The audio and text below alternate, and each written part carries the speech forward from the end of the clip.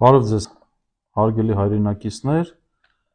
այսօր ուզում եմ խոսել Պաշտպանության նախարարի կողմից զինված ուժերում հոգևոր ծառայության լուծարման կամ գործունեությունը դադարեցնելու մասին։ Նախ ուզում եմ ձեզ տեղեկացնել, որ զինված ուժերում հոգևոր ծառայությունը ստեղծվել է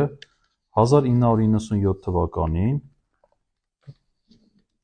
ամենայն հայոց կաթողիկոս երջանկահիշատակ Գարեգին Առաջինի կողմից, ինչպես նաև նախկին պաշտպանության նախարար երջանկահիշատակ Վազգեն Սարգսյանի կողմից։ Նրանք են ստեղծել հոգևոր ծառայությունը։ 2000 թվականին սեպտեմբերի 14-ին հաստատվել է կանոնադրությունը ամենայն հայոց կաթողիկոսի և պաշտպանության նախարարի կողմից զինված ուժերում հոգևոր ծառայության կանոնադրությունը, ընդ որում դրա համար նաև հիմք է ծառայել Պաշտպանության նախարարի հուլիսի 19-ի 2000 թվականի թիվ 728 հրամանը։ Ես ուզում եմ ձեզ ընթերցել այդ կանոնադրության նպատակներից երկուսը։ Ուրեմն այսպես. Հայաստանի զինված ուժերի անձնակազմին հաղորդակից դարձնել Քրիստոսի ավետարանին և քրիստոնեական հավատքի սկզբունքներին, հայաստանյաց առաքելական Սուրբ եկեղեցու դավանանքի, եկեղեցական կանոնների և ավանդության համաձայն։ Մյուսը. Հայաստանի զինված ուժերի անձնակազմին դաստիարակել քրիստոնեական բարոյական սկզբունքներով և ազգային հայրենասիրական ոգով։ Հոգևոր ծառայությունը ուներ հետևյալ կառուցվածքը. զինված ուժերի հոգևոր ծառայության առաջնորդ և բանակային կորպուսների ու զորամասերի հոգևոր սպասավորներ։ Մինչև 3 հոգևոր ծառայության մեջ ներգրավված են եղել 42 հոգևորական, որոնցից 8-ը ժամկետային զինծառայող են, 34-ը կամավոր մայրաթորի կողմից նշանակված,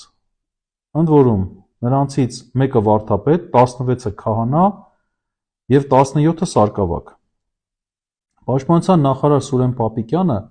հունվարի 29-ին սույն թվականի ընդունել է թիվ 159 հրամանը, որով ուժը կորցրած է ճանաչել Պաշտպանության նախարարի 2000 թվականի հուլիսի 19-ի հրամանը։ Այս հրամանով Պաշտպանության նախարարը փաստացի փորձ է արել դադարեցնել հոգևոր ծառայության գործունեությունը։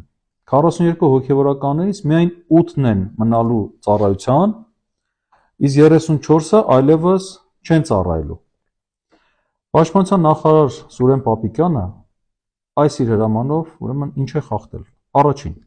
հայաստանյաց առաքելական Սուրբ եկեղեցու և Հայաստանի Հանրապետության հարաբերությունների մասին օրենքի 10-րդ հոդվածն է խախտել։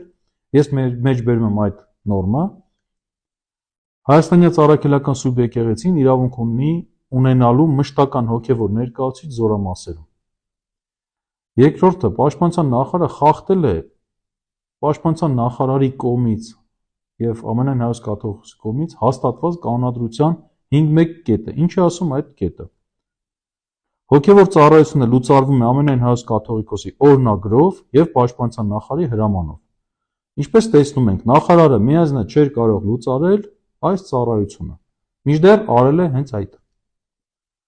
Այս գործընթացի առիթը հանդիսացել է այն, որ գնդերեսները հրաժարվել են պաշտպանության նախարարության պահանջով միանալ Նիկոլ Փաշինյանի նախաձեռնված հակաեկեղեցական ծրագրին։ Գնդերեսների հետ կապված հանդիպումների ճնշումների մասին մամուլում նաև հրապարակումներ եղան։ Սա իրավական կողմն է, իսկ բարոյահոգեբանական կողմը նա է, որ այս իշխանությունը իրականում թիրախավորել է ազգային եկեղեցուն։ Փոխանակ ամեն ինչ անեն, որ բանակը հեռու պահեն այս ամոթալի հալածանքներից, անում են ուղիղ հակառակը։ Փոխանակ բանակի ղեկավարությունը ամեն ինչ անի, որ ունենանք իսկական քրիստոնյա զինվորականներ, անում է ուղիղ հակառակը և ինքն էլ իր հերթին միջամտում է եկեղեցու ներքին գործերին։ Իրական քրիստոնյա զինվորականը նա է, ով հավատում է Քրիստոսին,